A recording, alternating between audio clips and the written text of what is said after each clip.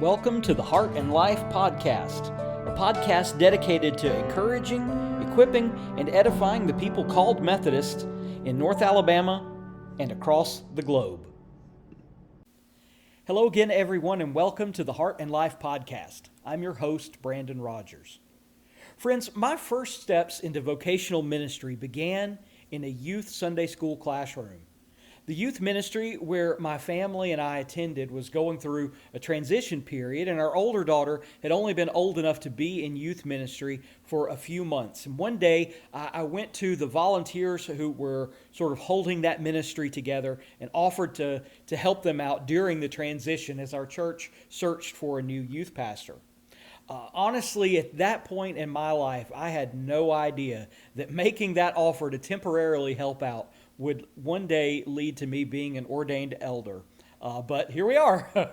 My time in youth ministry was a beautiful experience for me. I ended up first helping to teach Sunday school to junior high boys, which what a way to get started. And then teaching junior high boys, then leading a small group, then occasionally speaking to the whole youth group, then eventually being hired on to co-lead the youth.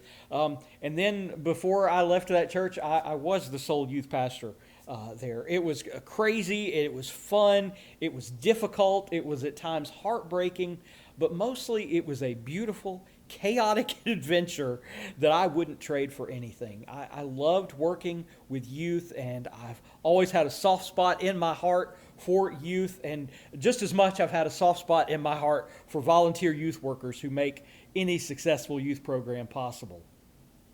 Friends, in case you haven't figured it out, today's episode of the Heart and Life Podcast is all about youth ministry.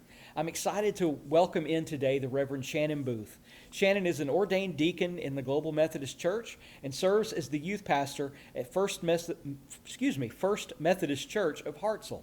I wanted to have Shannon on because I hear so many great things about the youth ministry at Hartselle, and also because she's involved in a really cool project that we'll talk about more in a bit.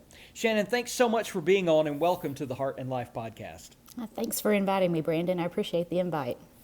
Yeah, absolutely. It's always fun, and we could spend this whole episode swapping our stories of youth ministry and all the crazy stuff that goes on. But Shannon, what I like to do with each of my guests is just sort of let you introduce yourself a little bit, talk about who you are, and maybe a little bit of your ministry journey and that sort of thing. So, Shannon, tell us a little bit about yourself.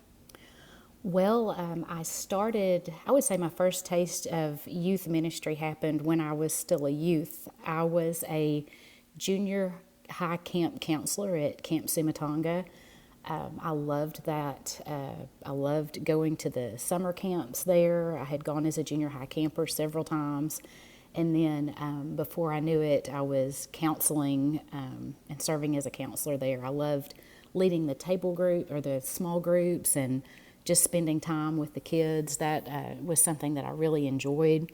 And I remember one of the first, really, I would say it was the beginning of my call, even though I didn't really know it at the time.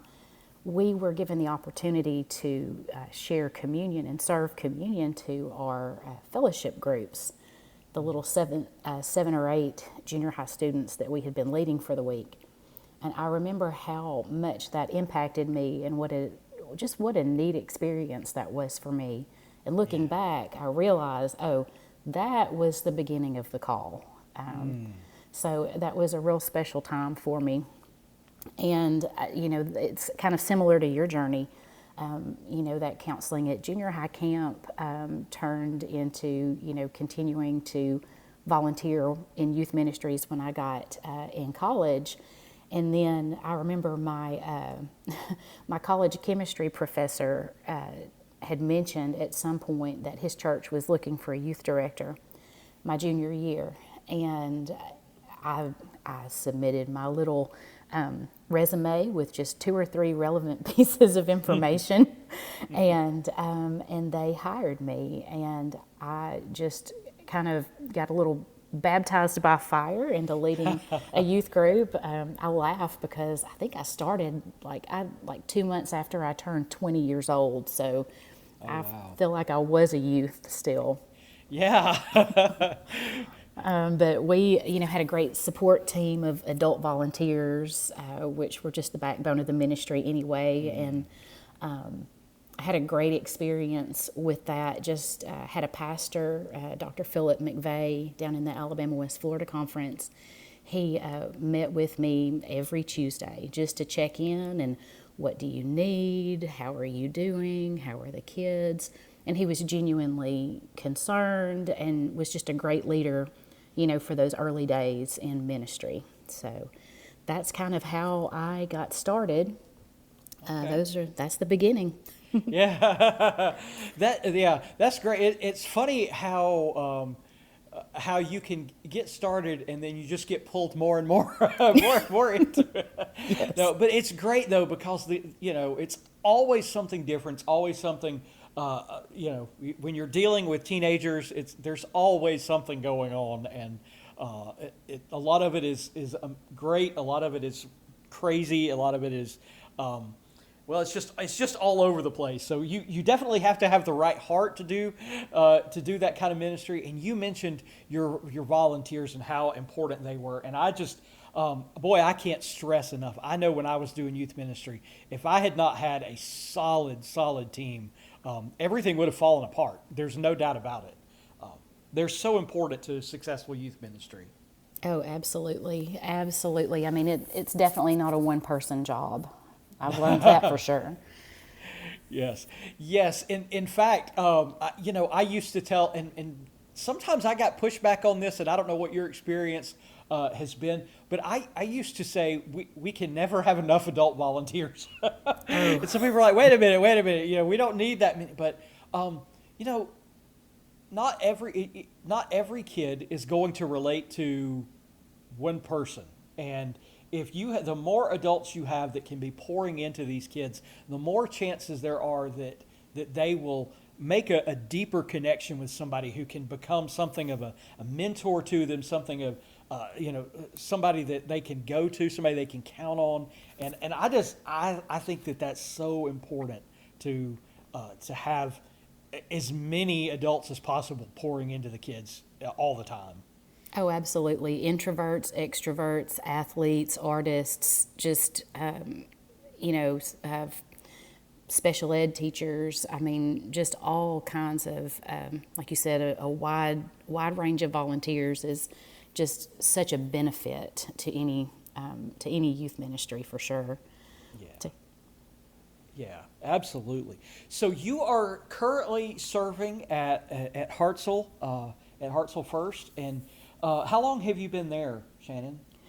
Well, this week, I guess, marks my 6th anniversary of being hired there. So, awesome. So a pretty long time in youth ministry years. Yeah. Yes.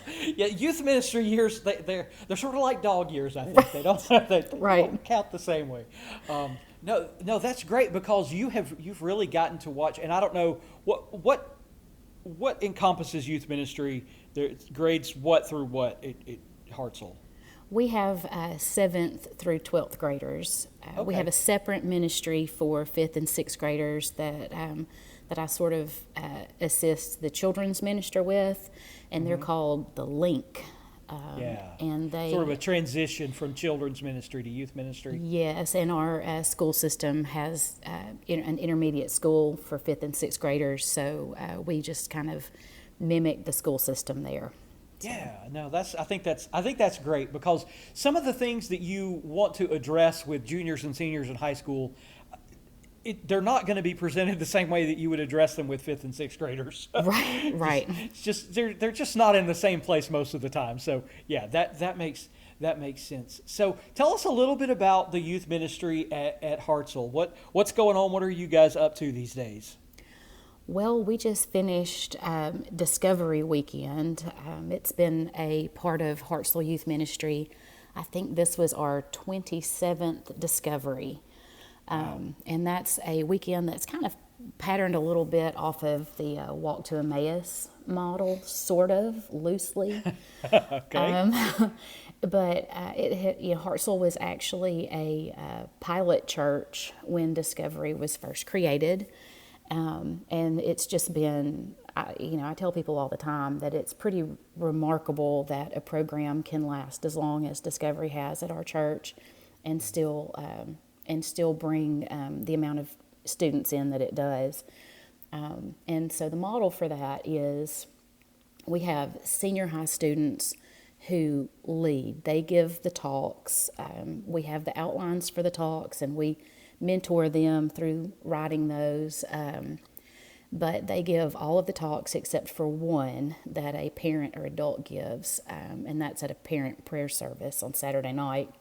But the senior highs lead the table discussions that reflect on the talk that they just hear. They do some skits and drama, things like that. And the goal is for the senior highs to lead and mentor the junior highs through the weekend. So it's really amazing to see. I actually sat in my husband's Sunday school class, which is more seasoned adults, yesterday. Mm-hmm.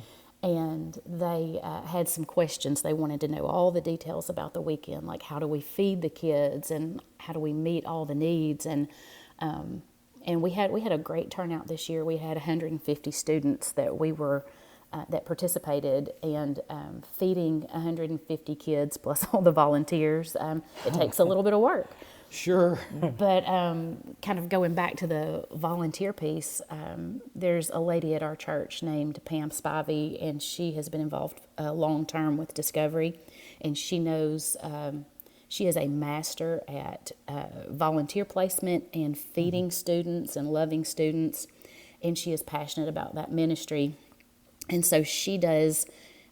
She just has people bring in. It's so funny, but it works so well.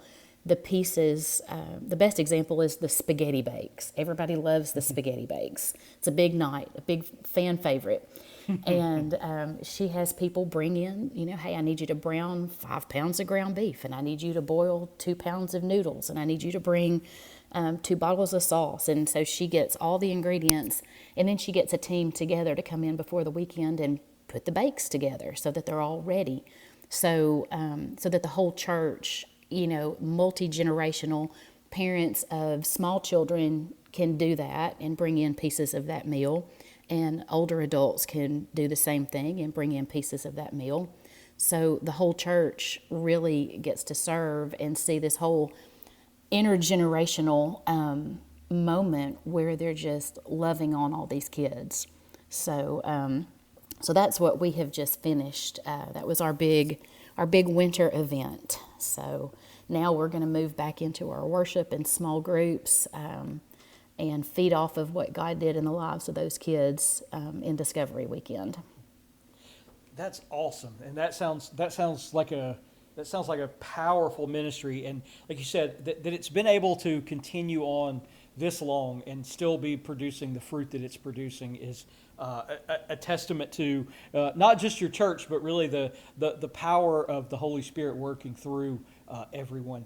You mentioned a couple of things in there that I'd like to tease out a little bit. And the first is this. You talked about the importance of your senior high, your older students leading. Can you talk a little bit about why it's so important to get them leading in ministry, even when they're still in high school? Well, I think that, we're teaching some of those life skills. I've talked about how I've talked to some of the adults about how some of these skills that they're learning that weekend, they're going to carry out into their professional lives. I mean, we are getting that whole fear of public speaking, we are just getting that out of the way for at least 7 or 8 kids a year. And leading a team through activities, that's another important skill, to be able to, follow instructions and be able to put those small activities into practice. So I think that is huge. But, I've heard it said before that senior highs are like cats and junior highs are like puppies. Right. Yeah.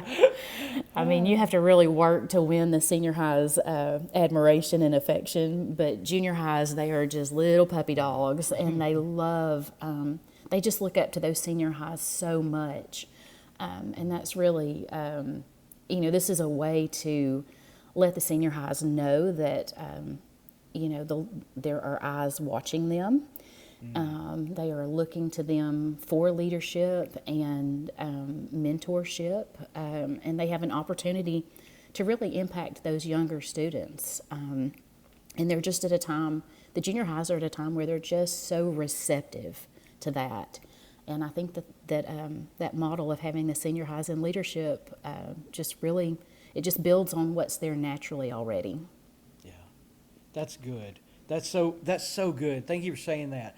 I was thinking about how, I mean, this is really the way that we as Christians, whatever our age is, the more mature believers pour into the less mature believers, and that's not necessarily an age thing. It's just how far along we are in our walk. And so as the kids grow into being young adults, it allows them to develop that skill set, and it allows them to develop that mindset that yes, my faith is meant to be shared, and I'm meant to share it with others, and I'm meant to pour into other people, not just have people pour into me. And so putting them into that mindset early on, to me, and you give me your thoughts on this, but to me, not only does it get them plugged into the church in meaningful ways, but it also helps them to develop this mindset of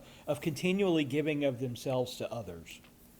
Oh, absolutely. I mean, they are starting out understanding that, yes, they need to be poured into, but the whole goal of having someone, pour into you is so that you can pour out to someone else. And like you said, developing that mindset early on is such a good thing, and I think it kind of helps, disciple them away from, a consumerist mentality about the church, where it's just, feed me, feed me, feed me. Right. And, and to hear the junior highs, they always are so excited once they know it's their last, like it's their 8th grade discovery. Like they I had talked to several kids in the last weekend, and they were like, "Oh my goodness, I get to work next year." And I was like, "Yeah, you do." "Well, Miss Shannon, do you think that I could give a talk?" "I definitely think you could." Yeah. And to hear that they are, anticipating the next phase is, it's just a good indicator that that's, we're meeting that goal, that objective. We are checking off a box with some of those kids in a good way. Yeah. I would think, and this is the other thing that I wanted to sort of tease out about what you were sharing, this intergenerational aspect of what you're doing, because we think about youth ministry as it's all teenagers, but really, to me, and it sounds like you follow this idea as well. Effective youth ministry really involves the whole church. It's not something that is taken as something completely separate. It really is integrated into the whole church. Oh, absolutely. I had a lady come up to me a couple of weeks before Discovery, and she said, "I need something to do that someone old and stupid can do." And I was like, that took me off guard a little bit, caught me off guard.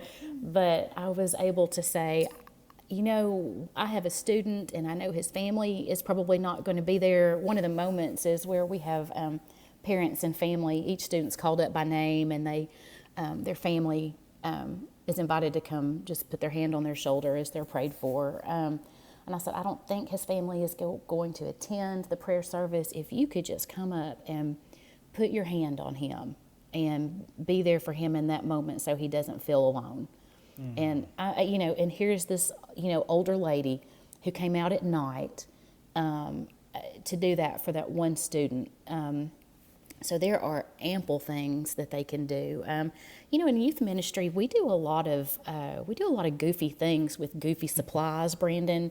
We may need to have someone count out cotton balls into Ziploc bags, or cut up slips of paper, because we're going to do a prayer request activity. There's so many things that really the older generation, especially, that they could do. That we had a lady approach me, and she said, "I sew these little prayer quilt squares," and she said, I would like to sew some of these for the kids."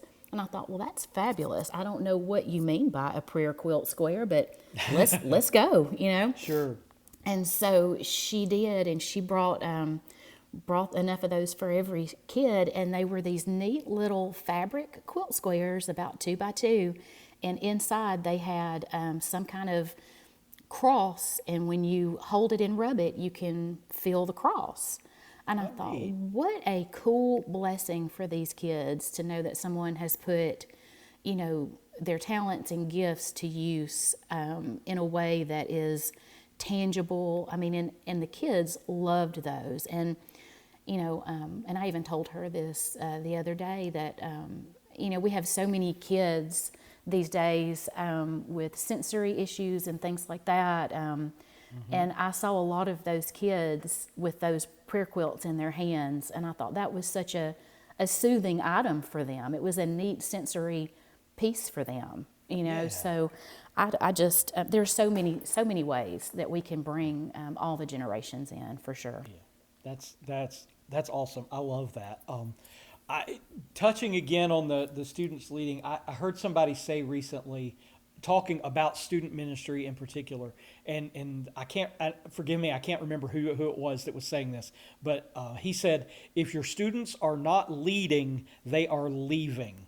Meaning if they are not plugged in and growing, then once they get out of youth ministry, they're gone.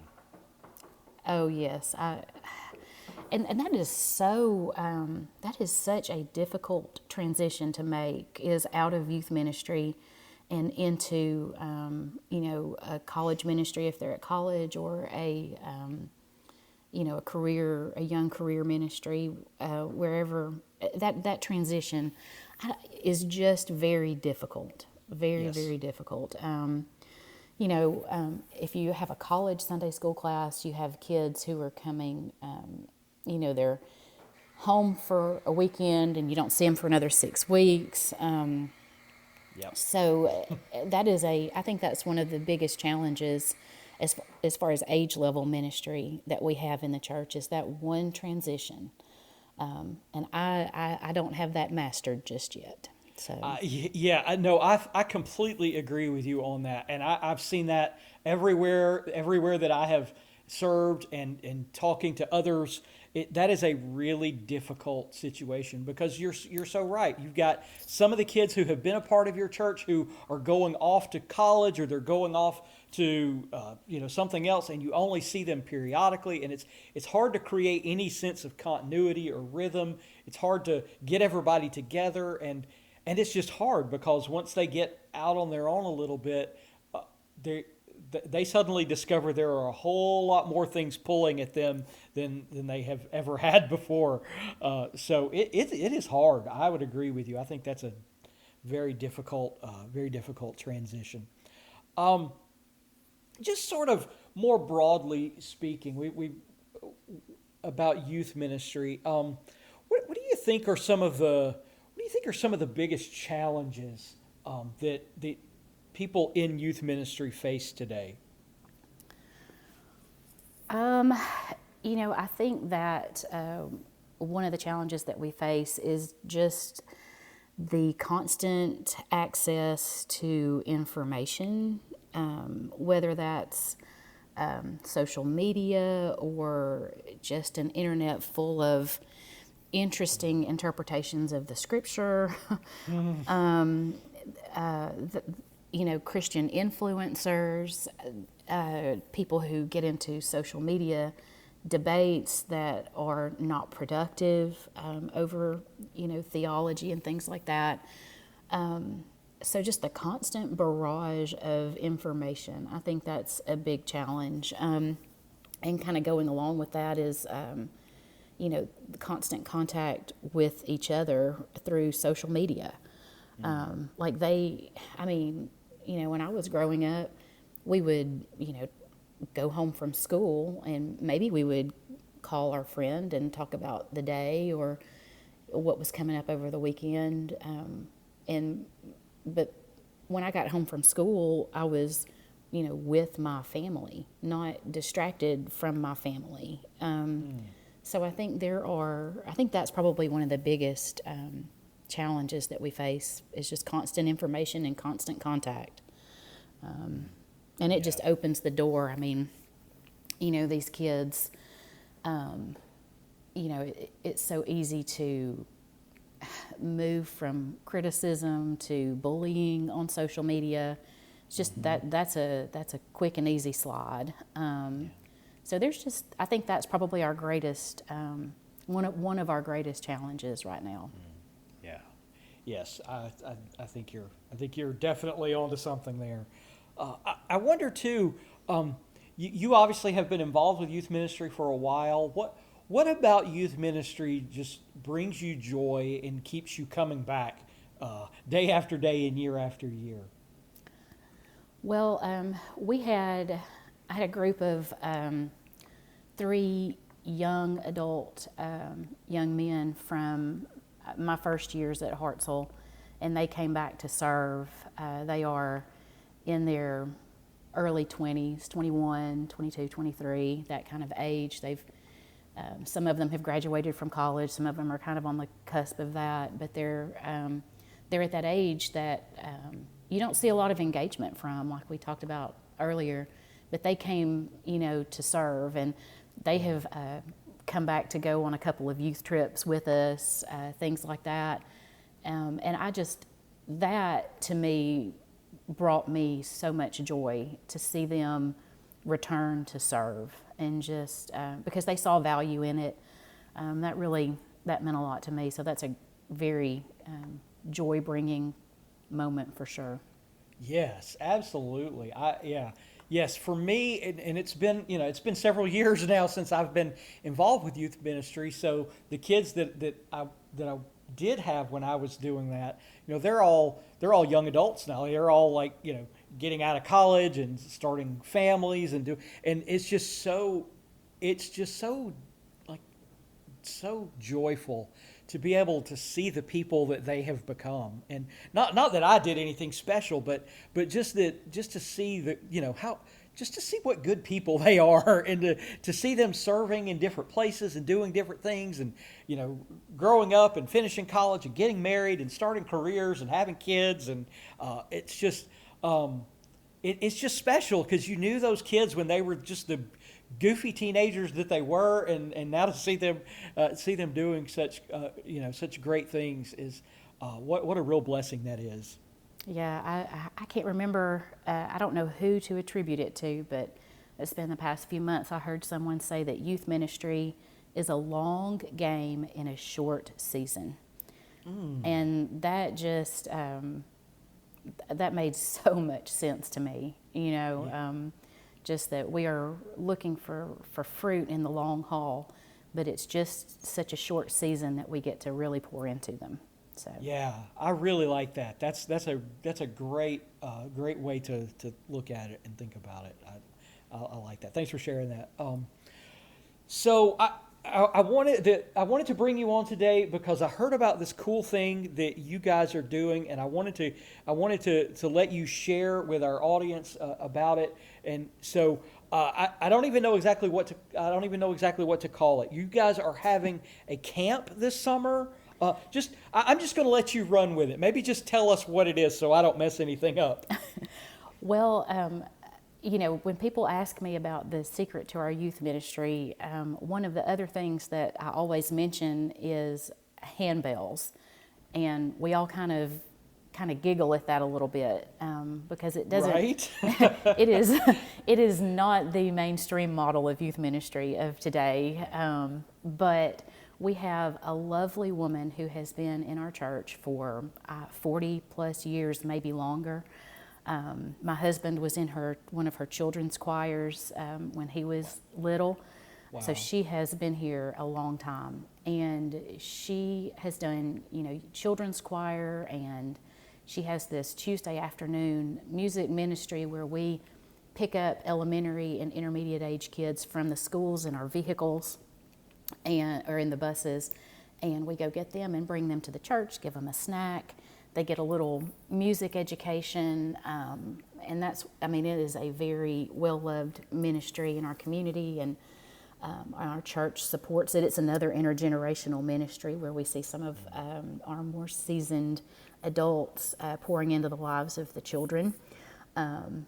But that has been very successful, and the handbells have been very successful. She's got a intermediate handbell choir, a junior high handbell choir, and a senior high handbell choir. So handbells are kind of doing the trick, and it's really I know it makes me laugh every time I think about it, but it's not about the bells. Linda Guyton is just one of the most loving people that you will meet, and she believes in music and how it can. Oh goodness, sorry about that.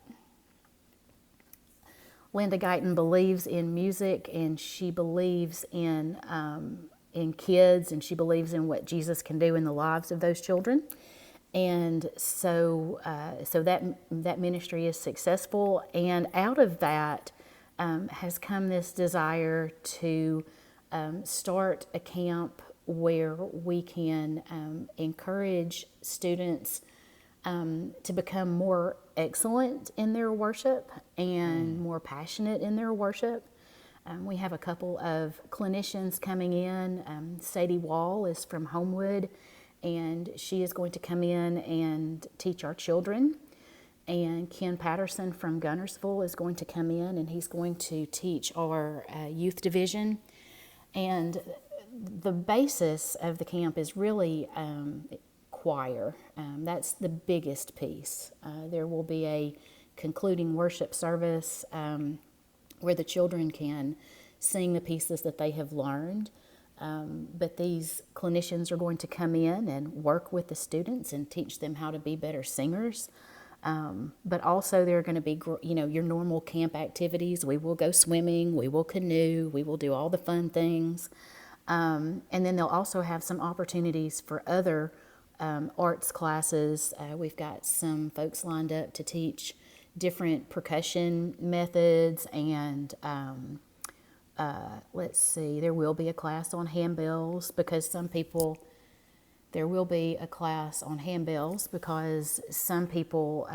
would like to be exposed to those that haven't been exposed before. In addition to that, we'll have some visual arts classes. Michael Ballou is a local artist, and he does a great job with teaching students. He's been active in a local camp before, Camp Hartselle. We like to use all kinds of puns with our city name. But he does a great job teaching students, and he has some really creative ideas about art projects for the students. So there will be visual arts, music, we might have drama.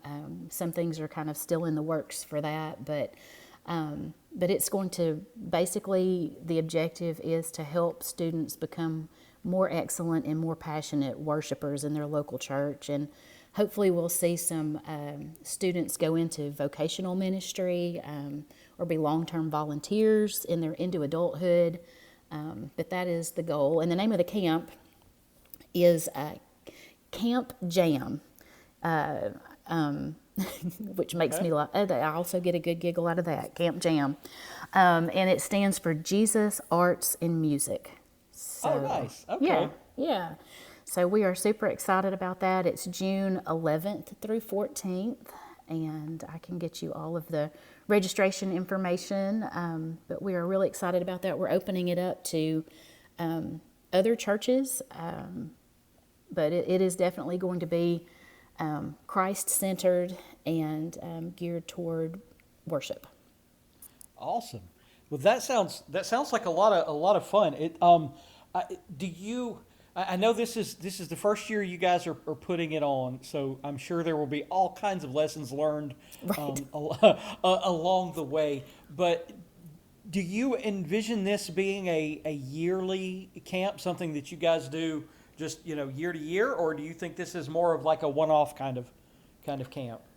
We definitely believe that people. We believe it'll be a long-term camp. That's our hope and our desire, our prayer, is that that students will return, and that we will be able to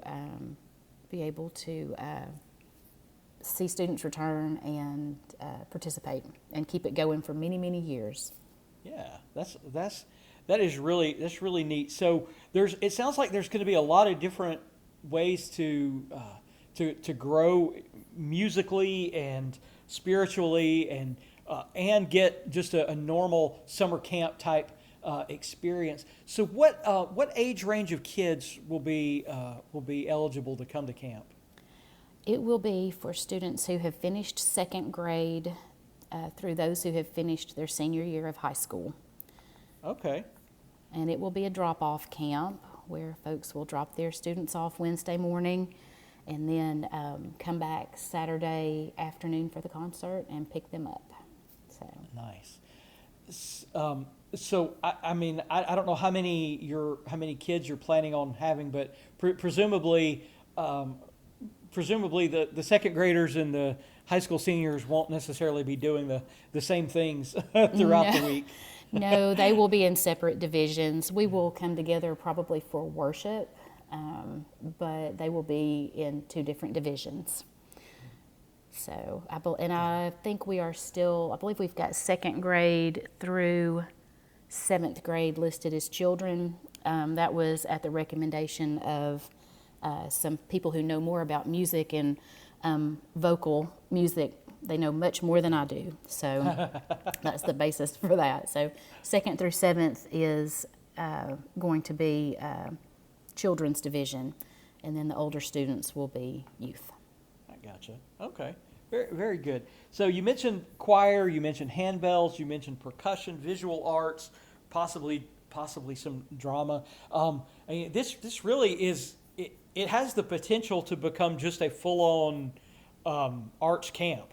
I mean, do you see it expanding further to include other, like guitars and piano, that sort of thing, or is it let's just focus on what we've got here and see what happens?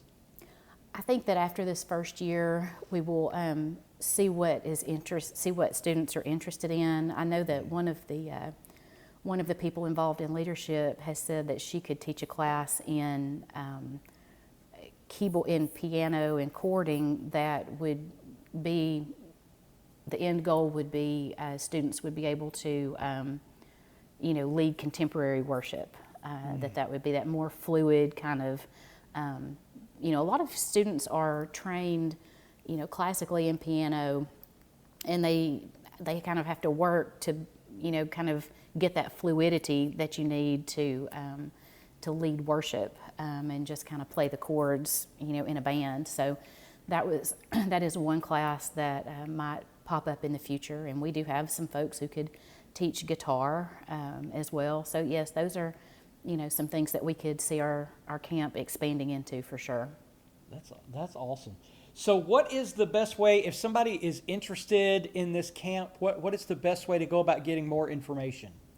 So this is a effort from a few different churches, not just our church, but right now our registration is going through our church website. So that would be fmchartselle.org. Okay, very good. And we'll be sure and put that. We do a little. Our podcast has a little Facebook page, and we usually put out what we call show notes, and so we'll be sure and include that in our show notes to make sure everybody can check that out, and definitely encourage folks to to do that. So you said several different churches are involved in this. Are they all in the Hartselle area, or are these folks just from all over the place? Well, one of the people who are helping with the leadership is Lori Bailey, and she is at Asbury Church in Madison. And we have another church that is getting involved, and one of the leaders there in Arab is Leslie Smith. She is excited about jumping in and helping. So, and we are just, like we said, we're open to everybody. We'll also be looking for some young adults to serve as counselors. So I will send you a link for that application as well. If you know some college students or young adults who might be interested in serving, they would also get to learn some great music and sing with the choirs. So that's fun. Yeah. Okay. Yeah. So you are still there. You don't have your full team in place. You're still going to need folks that want to help out. Yes, for the counselors, for sure. Yeah. We've got a pretty solid crew as far as our instructors and clinicians, but for our counselors who are going to spend the majority of their time with the children and youth, we definitely need some more folks there. Well, it sounds like it's going to be a great experience, and I'm sure you'll be able to round up some folks to do that. That's awesome. So I help me tie together the importance of worship and what you guys do on a weekly basis with youth ministry. How do those pieces, do you think, how do they work together? Well, kids love music. That is such a big piece for them. And I think that, worship is, and having their own moment of worship is so good. I mean, back in the 90s, I remember some of my favorite worship times being around a campfire with a couple of folks playing guitar and just singing those old choruses. And those moments, kind of creating those moments is still very important for the kids. And it's funny, we have a great youth ministry area. It's down in the basement, which when I hear oh gosh, who is it that has the song about the old church basement? I thought, oh, that's my life. I've spent my life in an old church basement. Yeah. Because that's where my youth room was when I was growing up. And that's where the one where I serve now is, which is great. We have, a stage and lights and all the fun stuff. But that's another piece, where the kids get to lead as well. We've got a little youth worship team, and they do a great job. And it's a place where they can kind of grow into that. I get to see singers especially start out, real timid and quiet, and then just grow to confidence. And they change from that moment of just singing to where they're actually worshiping, and modeling worship and leading worship. And I do think that's just a good time for the kids to come together, as young people, in their space and with their songs that they like, with their people leading. And I think that's just a big piece of, it is incarnational ministry. That's it. Yes. So it's a lot of fun for sure. That's great. I think you said that very, very, very, very well. Well, anything else our listeners need to know about the camp? Anything that I haven't asked that you want to make sure everybody knows about? I think we've covered it. I think that's great. Yeah. Good deal. So Camp Jam, it's coming up June the 11th to the 14th. 11th through the 14th. And where is the camp going to be? Oh, that would be a good piece of information. This is going to be held at a camp called The Vision in Huntsville, the Huntsville area. If you're familiar with Huntsville, it's out toward the Ditto Landing area. It's a relatively new facility, really a neat little place, and we're excited to be there. The Very Vision. Good. The Vision. Okay. So any of our listeners around the North Alabama area, if you're interested in this camp, you have a student who would benefit from this, definitely reach out to the folks at Hartselle first. Again, the camp will be June 11th through the 14th, and it'll be held there in the Huntsville area. So awesome. Well, friends, that's about all the time that we have today for the Heart and Life podcast. What a great conversation. I want to thank the Reverend Shannon Booth for taking the time to be with us today. And again, we'll be sure to include all of those links on our show notes on the Heart and Life podcast Facebook page, and encourage you to go check those out. Encourage you to check out the camp. And if you're in the Hartselle area, be sure and check out Hartselle First Methodist Church. As we wrap up today, let me offer just this simple word of encouragement. Keep pouring into the students at your churches. Get involved with them. Support them in whatever ways you can. Feed them, teach them, disciple them. Be a good example for them. Most of all, pray for them. And pray for your youth leaders. They need it. They need it too. Thanks again for joining us on the Heart and Life podcast. We look forward to talking again with you soon. God bless. Well, that's about all the time we have today on the Heart and Life podcast.